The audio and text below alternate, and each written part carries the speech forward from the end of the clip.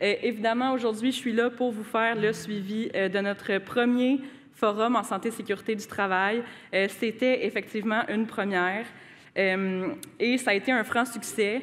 Je veux juste revenir rapidement sur la vidéo. Je pense qu'il faut qu'on soit fiers de cette histoire-là qu'on a.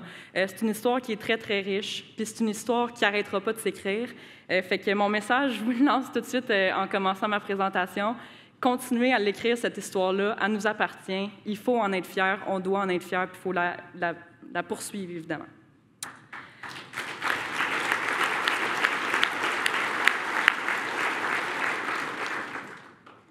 Comment ça marche? Pas capable de gérer les cases. Ça marche pas. Non, ça, c'est le timer. OK, je viens de trouver le clicker, c'est beau.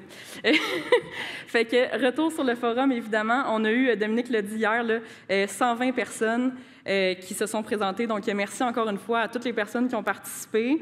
Le grand défi de ce forum-là, ça a été de canaliser un petit peu ce qu'on a de différence au niveau du syndicat des métallos. Évidemment que dans la vidéo, vous avez vu plus le secteur minier, nos secteurs industriels lourds. On a aussi, on en a parlé beaucoup, là, tout le secteur de hôtellerie, restauration, services, agents de sécurité, qui n'ont pas évidemment le même historique, mais par contre qui ont évidemment toute la contribution à apporter aussi en santé-sécurité. Donc, le but du forum, c'était de permettre aux gens d'interagir ensemble, de s'écouter, de s'entraider, de partager leurs réflexions, leurs combats, leurs luttes.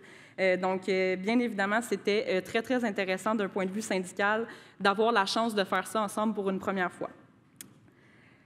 Dernier rappel en commençant, toutes les sections locales qui ont participé, qui avaient envoyé des gens, vous avez jusqu'au 1er décembre pour envoyer vos formulaires pour vos remboursements. À Sandra Lévesque au bureau de Sept-Îles, je vous ai mis l'adresse ici en bas de mon PowerPoint. Il l'a aussi dans vos kits au dos du programme. C'est l'adresse à laquelle vous devez absolument envoyer vos demandes de remboursement avant le 1er décembre. Deuxième point, les vestes ont été très, très populaires, puis je ne vous le cacherai pas que j'ai une grande fierté quand je vois les gens porter leur veste santé et sécurité des métallos. Le modèle de veste, en fait, il est disponible avec Promotion universelle qui ont un kiosque à l'extérieur. Je sais qu'il y a des sections locales qui voulaient en commander d'autres, donc il n'y a aucun problème, vous pourrez les commander directement auprès de Promotion universelle pour en ramener dans vos sections locales. J'ai fait un sondage, on a fait un sondage suite au forum pour voir c'était quoi la satisfaction des gens. Je n'ai pas repris tous les éléments du sondage. Par contre, je voulais mentionner l'accueil, remercier Sandra Lévesque, Stéphane Brodeur, Éric Blondin, Isabelle Bournival, j'espère que j'en oublierai pas, mais toutes les personnes qui ont participé à l'accueil, c'était très, très apprécié, un des points là-dessus. Ensuite, au niveau du contenu, comme je vous ai dit, le défi, c'était d'aller un peu canaliser nos différents secteurs d'activité. Donc, on voit que ça a quand même été apprécié. Là. En passant, le bleu foncé puis le mauve, c'est pas non satisfait, c'est satisfaisant ou très satisfaisant. Donc, c'est une belle chose de voir qu'on n'a pas de peu satisfait. Travail des formateurs et présentateurs aussi, 80% d'appréciation. Donc, encore une fois, merci à toutes les personnes qui ont donné des conférences, des ateliers, qui ont animé. Très apprécié. Au niveau du contenu, on a vu évidemment le fameux historique métallo qui, en passant aussi, était le segment le plus apprécié du forum. Donc, très, très bonne chose là-dessus. Je suis revenue sur une analyse que j'avais déjà faite dans les régionales des métallos au niveau de nos clauses de convention collective existantes, nos obligations en santé et sécurité suite à l'entrée en vigueur de la nouvelle loi 27. On a eu aussi un panel sur l'organisation de la santé et sécurité dans nos milieux de travail, avec 3 personnes qui sont venues nous parler de leurs expériences. On a eu les ateliers qui ont été appréciés aussi. On a eu un segment sur la santé mentale avec Serge Beaulieu de la FTQ. On a eu des notions de base sur les réclamations. Donc, évidemment que le but du forum, ce n'était pas de remplacer nos cours de formation, mais vraiment juste de refaire un survol avec les personnes qui étaient présentes, puis de leur donner le goût, évidemment, de s'inscrire à des formations métallo par la suite. On a aussi une présentation de l'équipe d'intervention d'urgence avec Joanne Rainville. Et puis, on a parlé d'assignation temporaire et déclaration des accidents suite à l'entrée en vigueur de la loi 27. Il y a eu des changements au niveau de l'assignation temporaire. Donc, pour chacun des segments, encore une fois, je ne les ai pas tous repris, mais comme je vous ai dit, vous voyez ici l'historique syndical, c'est ça qui a été le plus apprécié. Puis je pense que ça parle beaucoup, là, ça veut dire qu'on a une histoire qu'on est fiers de partager. C'était, à ma connaissance, la première fois qu'on faisait un exercice de la sorte aussi au niveau de notre historique, donc un bon point là-dessus aussi. Le deuxième segment qui a été le plus apprécié, c'était nos obligations en santé et sécurité. Ça peut nous lever un petit drapeau sur notre besoin de formation. Donc, super important d'envoyer vos délégués en formation, évidemment, par rapport à tout ce qui est obligations en santé et sécurité du travail. Ce qui m'a surpris, c'est les ateliers qui ont été dans ce qui a scoré le moins fort. Le commentaire que j'ai eu le plus, c'est que les ateliers n'étaient pas assez longs. Donc, dans le cadre d'un prochain forum éventuel, il faudrait qu'il y ait plus d'ateliers. C'était un des points qui a sorti de l'analyse. Dans les éléments les plus appréciés, j'ai déjà nommé et remercié les présentateurs, formateurs.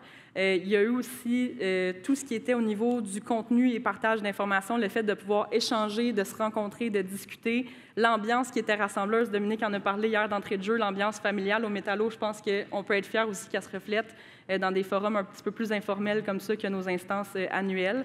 Le fait aussi qu'on parle le même langage quand on est au syndicat des métallos, que peu importe le secteur d'où on provient, qu'on est capable de trouver des gens qui parlent le même langage que nous et avec qui on peut échanger et bâtir.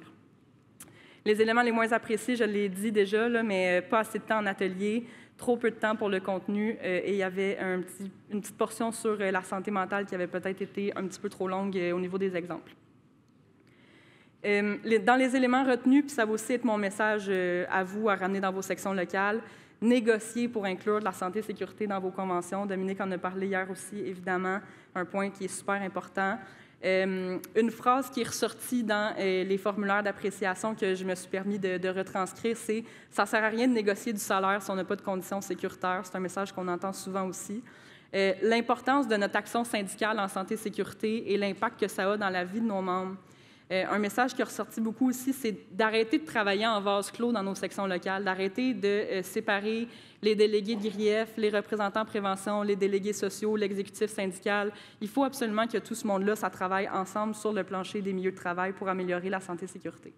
Donc, il y a des beaux messages à retenir là-dessus aussi.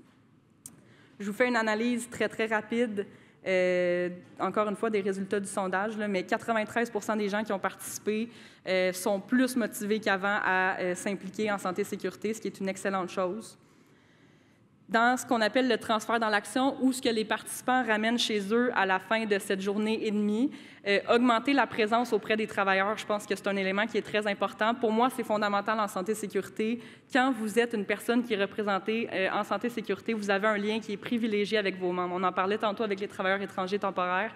Quelle meilleure façon que la santé et sécurité pour approcher vos membres, initier la conversation avec eux, leur parler des enjeux qui les touchent. Donc, un point qui a sorti qui était très important.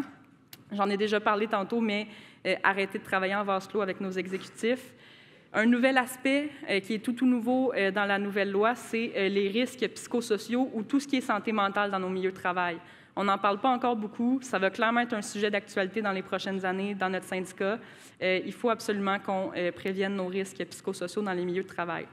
Une autre chose qui est sortie aussi en lien avec le fait de travailler plus étroitement en collaboration, c'est de se faire une liste de priorités en santé et sécurité pour nos négociations de conventions collectives et, évidemment, en lien avec ça aussi, ajouter du temps de libération à nos ARP et développer aussi des stratégies dans les comités de santé et sécurité.